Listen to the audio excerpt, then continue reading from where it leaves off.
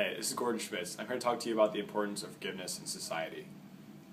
For a couple examples are forgiveness of others and forgiveness of yourself. When someone wrongs you, we immediately try to think of hating them and resenting them for what they did to us. But we must forgive them as God forgives us.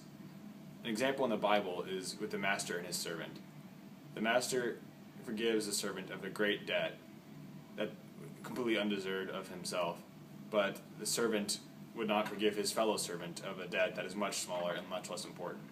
We are like the servant because God forgives us of our greatest sins, while we do not forgive each other for small grievances. Whenever we do something wrong, we must also remember that God is all-loving and all-forgiving, no matter how bad or how evil we think our sin is. He will forgive people in society. He will forgive us no matter what.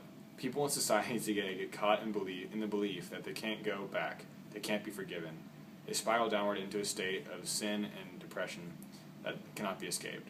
Everyone must know that God can save you from any situation. All you need to do is accept His help. Forgiveness is also necessary in tolerance. When someone disagrees with you, be it in religion, politics, science, or others, we must avoid hating them or thinking they are ignorant, just because they have a different opinion. Everyone has a right to their own opinion, even if they are wrong or we think they are wrong. In the words of Lewis Smedes, to forgive is to set a prisoner free and discover that the prisoner was you. If we keep all of the hate and resentment caught up inside of us, we make ourselves a prisoner. We get caught up in our miseries and we hold grudges against those who have wronged us. We must learn to let go of our grudges towards others.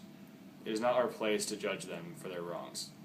It's between God and themselves. We must not let other sins against us cause us to sin by resenting them. In the story of the prodigal son, the son took everything from his father. He took his inheritance, which was half of his father's wealth. In doing so, he effectively told his father that he wished he was dead. When the son finally realized his error in his ways, he came back, and his father, or God, still took him back and gave him everything he had before.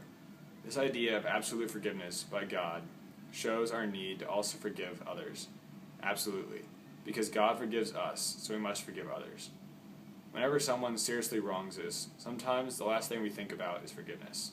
We want to resent those who wrong us, but that is just increasing the problem. If we can truly master forgiveness, we will be much happier in our everyday lives.